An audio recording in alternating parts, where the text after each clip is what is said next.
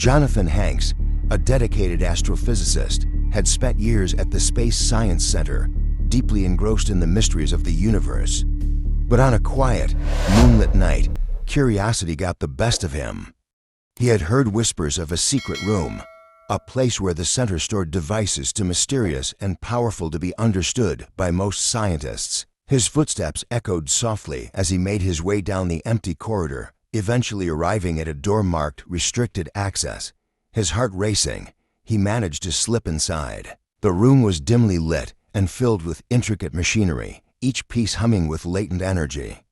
One machine in particular caught his eye, a device that seemed to pulse with a faint blue light, as if inviting him to approach. Unable to resist, Jonathan activated it, and suddenly a countdown began to flash on the display. 10, 9, 8. Confused, he hesitated. Then, a prompt appeared on the screen. "Place your hand here." The urgency of the countdown made him act without thinking. He pressed his palm against the cold, metallic surface and immediately felt an electric surge travel up his arm.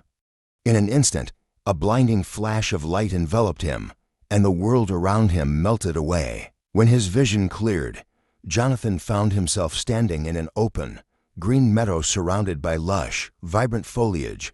A warm breeze rustled through the trees, carrying with it unfamiliar scents. Looking around, he was astonished to find himself in the midst of an alien tribe.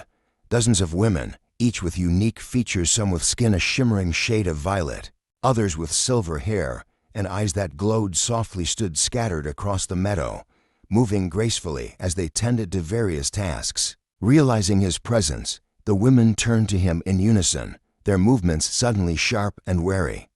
Jonathan instinctively raised his hands in a gesture of peace, signaling that he meant no harm. The women regarded him suspiciously, but gradually relaxed, sensing his calm demeanor. As he continued to observe them, Jonathan felt a chill. There were no men in sight, and a dark thought crossed his mind. What if men are not welcome here? He wondered if the absence of males signaled a deep-rooted hostility. Could he be in danger simply for being here? His heart pounded as he considered his options. At that moment, a woman emerged from the group, her gaze fixed intently on him. She was tall, with flowing hair the color of stardust, her eyes piercing and wise. She approached him with a confidence that sent a shiver down his spine. "Finally, a man has come to satisfy us," she announced, her voice both commanding and strangely alluring. "Come closer, everyone." Her call resonated through the meadow, and the other women quickly gathered around, forming a loose circle around Jonathan. He swallowed, trying to understand her words. Satisfy them? The ambiguity of her statement left him unsettled. Before he could speak, the woman who seemed to be the leader addressed him directly. "Touch the first thing you see," she ordered, her tone leaving no room for question. Jonathan's mind raced. He hesitated, wondering what she could mean. To buy himself a moment, he asked, "What exactly do you want from me?" In perfect unison, the women around him chanted, "Touch the first thing you see." Nervously, Jonathan reached out and placed his hand on the head of the woman in front of him. The whole group erupted into laughter, their voices echoing with a strange, otherworldly humor.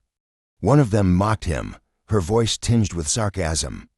"Is that really the first thing you saw, you foolish human?" The leader's face softened into a slight smile, though her eyes remained calculating. She lifted her hand and gestured for the group to be silent. "Sit," she commanded, and all the women promptly sat in a perfect circle.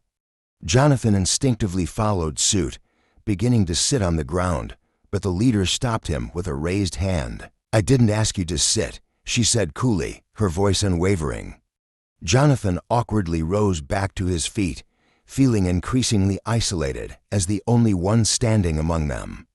The leader regarded him with a critical gaze, then stepped closer, close enough that he could feel her warmth. "Kiss me," she demanded. Unsure of the consequences, Jonathan hesitated, but her gaze left him no choice. He leaned in and gave her a gentle, hesitant kiss.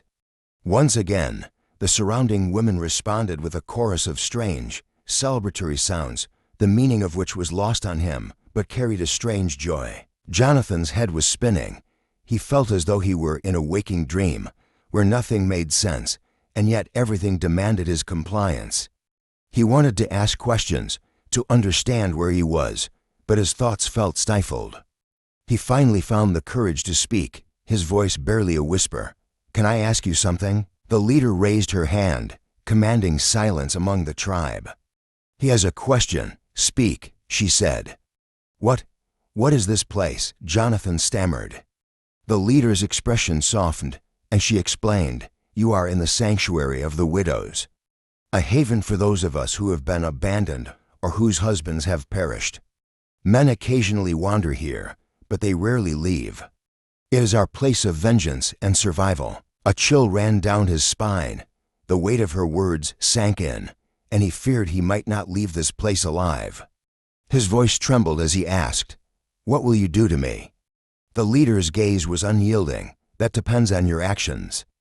Desperate for clarity, he asked, "What do you want from me?" Her smile returned, but this time it was laced with an edge of danger. "We want you to satisfy us," she replied simply. "If we are pleased, you may leave here unscathed. Otherwise," her voice trailed off ominously. Jonathan nodded uncertainly, trying to mask his fear. How am I supposed to satisfy you?" he asked, though he dreaded the answer. She laughed, a dark, melodic sound that made his skin prickle. "Are you truly that naive, or do you lack the instinct for self-preservation?" she teased, trying to gather himself. He asked, Who exactly do you want me to satisfy?" The leader stepped closer, her voice dropping to a whisper. "Me," she said. "If you prove satisfactory, we may let you go." Jonathan took a shaky breath and agreed, feeling trapped and without any other option. She gestured for him to follow, and they walked together into the lush landscape. Soon, they arrived at a secluded cabin nestled among the trees. She opened the door and motioned for him to step inside. The air within was warm, filled with the scent of unknown flowers. Inside, the leader reclined on a bed draped with silken sheets, her gaze unwavering and intense. Jonathan felt his pulse quicken as she extended her hand, passing him a jar of cream. Her eyes held a challenge, as though she were testing his resolve. "Take this," she instructed softly, her voice carrying an edge of authority and curiosity. "Rub it in your hands and begin." Jonathan's fingers trembled slightly as he twisted open the jar. The cream had a smooth, rich texture and released a subtle, exotic fragrance, reminiscent of fresh blossoms mingled with a hint of something earthy and ancient. He took a deep breath, rubbing the cream into his hands until they were warm and ready, then gently placed them on her shoulders. His touch was hesitant at first, but as he began to knead the tension from her muscles, he found a rhythm. Each press and stroke eased her, and slowly, the leader's rigid posture softened. Her eyes fluttered shut, her expression melting from one of command to pure relaxation. As he moved his hands down her arms, Jonathan was acutely aware of the intensity of their situation. Here he was, a stranger on an alien planet, tending to the leader of a mysterious tribe. He knew nothing of their customs, yet the silence between them was intimate, almost hypnotic. Each movement felt like a silent conversation, his hands learning the language of touch and response. After a few minutes, the leader sighed, a sound that was both contented and intriguing, as though he had passed some unspoken test. Her eyes opened slowly, studying him with renewed interest. "You're better at this than I anticipated," she murmured, a hint of amusement curling the edges of her lips. Jonathan managed a small smile, feeling a surge of courage. "I have many talents," he replied, his voice barely a whisper. Would you like me to continue?" Without speaking, she nodded, an almost imperceptible tilt of her head. Her approval emboldened him. He moved his hands across her shoulders, down her back, lingering at each point of tension and coaxing it into relaxation. The leader's breathing deepened, and she seemed to sink further into the plush silken sheets, surrendering to his touch. Encouraged, Jonathan allowed his hands to roam down her spine, massaging with gentle but firm pressure. His fingers traced delicate patterns along her back, working their way across her shoulder blades and lower spine in rhythmic, calming motions. Time seemed to stand still as he focused entirely on the art of his touch, tuning out everything but her quiet breaths and the softness of her skin beneath his hands. His mind drifted, caught in a trance, until he was startled back to reality by her soft, almost playful laughter. "Are you truly a scientist?" she teased, her voice a low murmur as she glanced back at him, her eyes sparkling. "Or have you hidden the hands of a healer beneath that serious facade?" Jonathan chuckled nervously, both embarrassed and intrigued by her question. "Science requires precision," he replied, trying to keep his tone light. "Maybe that skill crosses over." A slow smile spread across her face, one that was both appreciative and mysterious.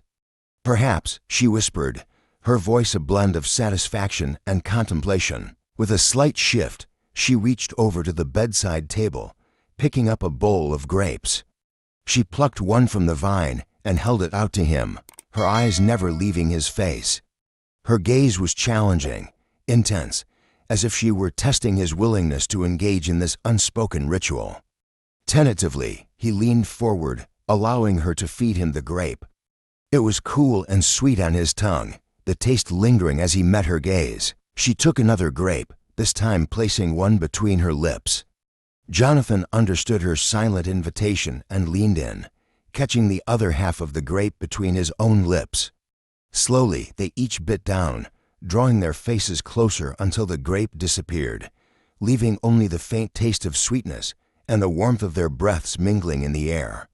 Their lips brushed in a gentle, brief kiss, and a spark of something new flickered in her eyes. As he pulled back, he felt the strange mix of relief and anticipation in his chest. She seemed pleased, if not amused, by his willingness to play along. But her expression soon grew serious again, a contemplative look softening her features as though she were weighing some internal question. "Tell me," she said at last, her voice low and introspective. "Have you ever felt truly out of place, Jonathan Hanks? Beyond the stars you know and the life you've always understood?" He paused, taken aback by her unexpected question. "Yes, I suppose I have. But not like this," he admitted, his voice barely audible. "This is beyond anything I could imagine." Her gaze softened, and for a moment, she seemed almost vulnerable. "Many of us here are familiar with that feeling," she said quietly, her eyes drifting to the window where twilight had begun to fall. "This place is for those of us who have lost something, someone, or who no longer fit in the worlds we came from." As the last light faded from the sky, she turned back to him, her eyes full of resolve. "You have shown that you can be gentle, Jonathan. That is good, but there is more that I need." Jonathan felt his pulse quicken again, a subtle sense of apprehension creeping over him. What more do you need?" She leaned forward, closing the distance between them. Her hand reached out, brushing a strand of hair from his face, her touch both soft and deliberate. "I need someone who understands the cost of loyalty," she said. Her eyes searched his face, looking for a sign of understanding. "Someone who knows how to honor a promise, no matter what it might entail." He swallowed, feeling the weight of her words. I'm not sure I understand." She smiled a faint, enigmatic smile. "Perhaps not yet," she whispered, "but you will." Reaching into a pocket, she retrieved a ring and took his hand, slipping it onto his finger. It was crafted from a metal unlike anything he had seen, with symbols etched along the band that seemed to glow faintly in the dim light. "This ring," she murmured, her fingers lingering over his hand, "is a bond. It will ensure that you return to me each week, at this exact hour, to continue our exchanges." Jonathan looked down at the ring, his mind racing. "And if I don't return?" he asked, his voice wavering. A shadow passed over her face, and her grip on his hand tightened. "You will," she replied, a certainty in her voice that left no room for doubt. "The bond will bring you back to me. It's only a matter of time." With that, she placed her other hand over his, and in an instant, Jonathan felt a strange sensation wash over him, a tingling, rushing feeling that blurred his vision and filled his ears with the sound of roaring wind. When he opened his eyes, he was back in his own room, the familiar surroundings of his home greeting him as though nothing had happened. He looked around, dazed and disoriented, his mind struggling to comprehend what he had just experienced. But the ring on his finger was solid and real, its metal cool against his skin, the strange symbol still glowing faintly. As he stared at it, a mix of wonder, fear, and anticipation swelled within him. What had he gotten himself into? Was this some alien enchantment, or merely a dream? Yet, somehow, he knew deep down that it was real and that in a week's time, at the exact same hour, he would find himself back in that strange, otherworldly place, face to face once again with the enigmatic leader of the alien tribe, bound to her by an otherworldly promise he was only beginning to understand.